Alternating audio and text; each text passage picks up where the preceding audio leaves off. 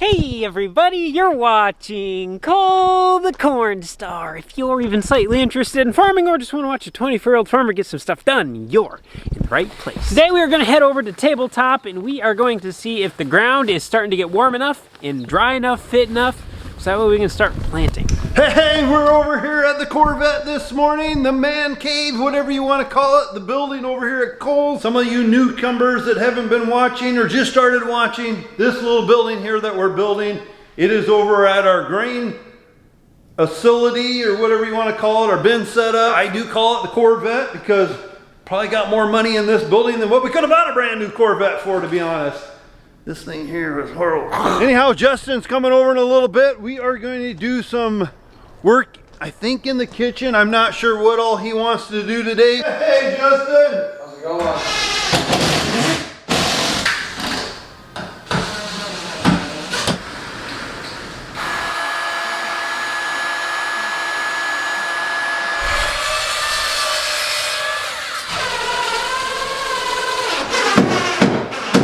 It looks nice. It looks clean and neat. Could work as long as somebody doesn't hang something on it or something. Right. Them hinges aren't super heavy duty. Got the countertop. Everything's all fastened down now. We got the caulking on the back of the shelf here. We got our shelves up. Little blinds.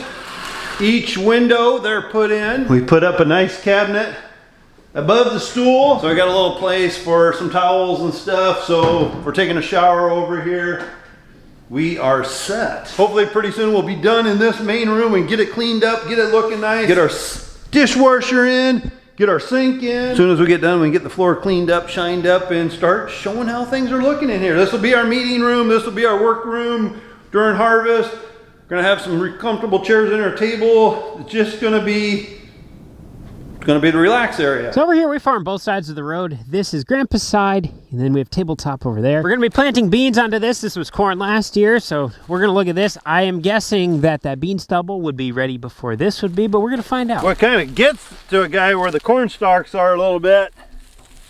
Look underneath there. Oh, yeah. Stick your hand there. Feel how cold that is.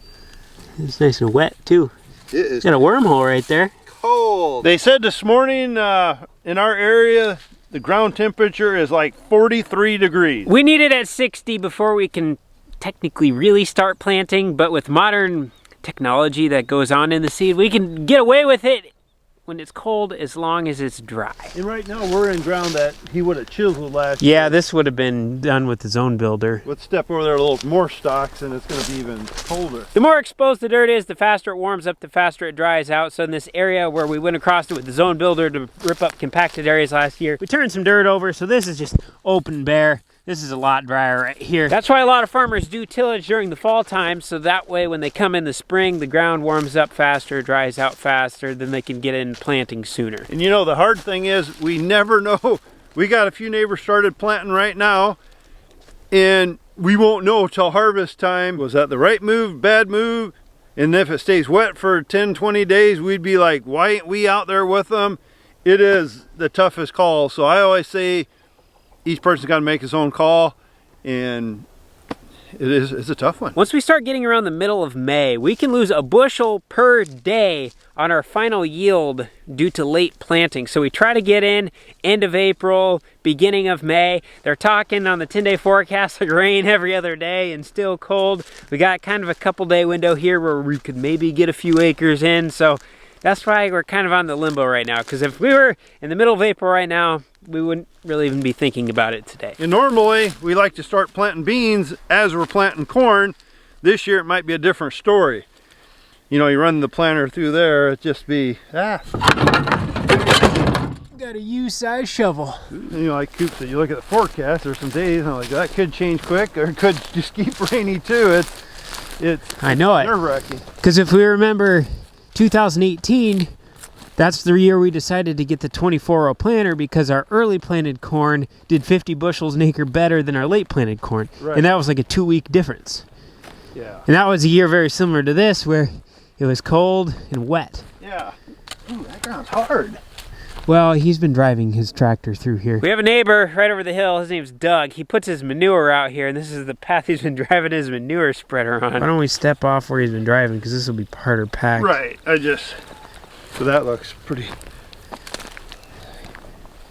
Yeah, that's pretty wet. And that's what we worry about planting in wet ground. You open it up and stuff, and it becomes concrete around it. And when we plant, we want the soil to be completely optimal the first 24 hours that the seed's in the ground, because that's the time that the seed is uptaking water. And if the seed uptakes water that's too cold, it can actually damage the cells inside the seed, and it will affect it for the rest of its growing life. Some of you people that are sitting out there at track meet right now watching paint dry, it's got to be cold. I mean, watching the kids run. Just a little stickier than a guy. I'm glad to see, though, we're seeing a lot of night crawlers. It's just kind of a little more damper than I think I'd like to see it. Another problem we can run into is if we do tillage and then it rains heavy on it, it turns into this. Yeah. Got a nice crust on top. When you get that crust, it makes it really hard for stuff to grow through that. And one advantage we do have on our farm is we have 2 planters for 2,000 acres, so we are technically overkill in the planter department, so we can get a lot of ground done really quickly. So if we have a little window, we can run 24 hours if we need to. We can get a lot done. Cooper's inside the shop here working on the Freightliner, the semi. He, I think, just about got the cab and everything ready to go there. A little bit of work to do on the trailer. But Mama Cornstar's van got a bad shake in it, and there's a bunch of mud in the back wheel, so I'm going to take a moment and clean that up for her.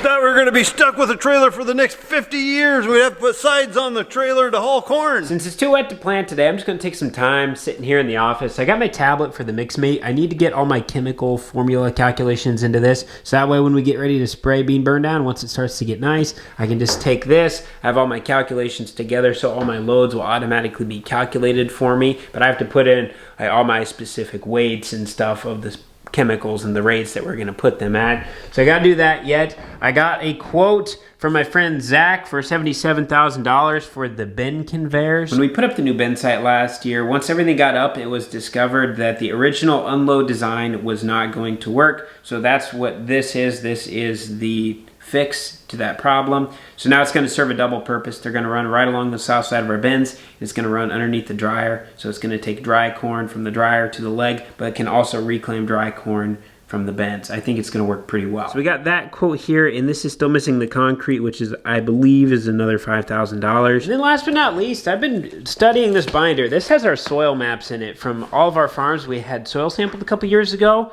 I've been kind of researching a lot into what all these things mean and what's good numbers, what's bad numbers. This is the field that's west of Dad's, the Big Hill Farm. The area my family lives in is home to some of the best, if not the best, soil in the world for growing corn and soybeans. We have optimal weather, we get plenty of rain, we get good sunshine, we have awesome organic matter in our soils. The soil structure we have, it holds a lot of nutrients really well. So I've been reviewing that stuff because I've been kind of comparing some of our yields to averages around in other states, other counties, and we are not at a place where we should be. With the soil we have and the weather we have and just all these variables going for us, I feel our operation is a little under par when it comes to what we should be doing. Now, there are variables that are outside of our control, and there are variables that we have been upgrading, such as our planters. We've been working on those to make those as optimal as possible to get the seed the best chance of being 100% yield potential. But looking at these soil maps and upon just a little bit of research that I've done on it, we are definitely lacking in some of the nutrients within our soils, and we can replenish those, and it's going to take a few years to be able to get up to where we should be, and then to build beyond that, and it's not cheap to do.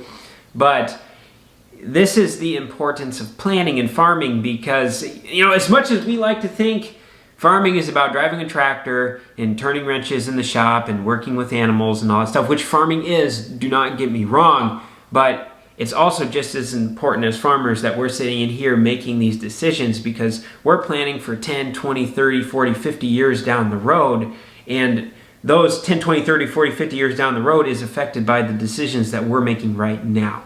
So I just kind of having fun with this. We're not going to be doing anything right now. It'll be later in the year, but still, it's important that we're opening our eyes. And honestly, I've always gone off the notion, oh, we live in this area, we raise phenomenal crops, yada yada. But if we're not, I don't know if it's anyone's wrongdoing or not. We worked with the variables we had and the information we had at the time, but now the new information is available. We're going to take advantage of that information, and we're going to try to take our farm up to that next level. 9 o'clock at night, probably should be going in the house and eating supper because I'm really hungry. But we got some wood for the Corvette over there at Cole's place. So I want to take a little time tonight, get the stain on it. So then hopefully maybe tomorrow morning early, I can start putting some clear coat on it and then lightly sand it, put another coat on it sometime tomorrow, and then lightly sand it again, and probably put 3 coats of stain on. This is some wood that we'll be using in there. We're actually out of this chunk here. Justin, the neighbor, routed it, and this will be for coat rack. Putting some hooks on it. The rest are for some doors and stuff. And I probably better put some rubber gloves on, because if you don't put rubber gloves on, it's going to look like your hands accidentally went into the pudding container and stained your hands. Oh yeah, looking good. Some of this stuff, it's hard to want to do it, but if you don't do it, before you know it, 20 things are piled on it, and it ain't going to get done. And a year from now, I won't want to do it. This is what I just clear coated, or I didn't clear coat it, I stained it tonight. So we're gonna let it dry and we'll get back to it tomorrow. Come tend the garden with me. We have so many seeds to sow.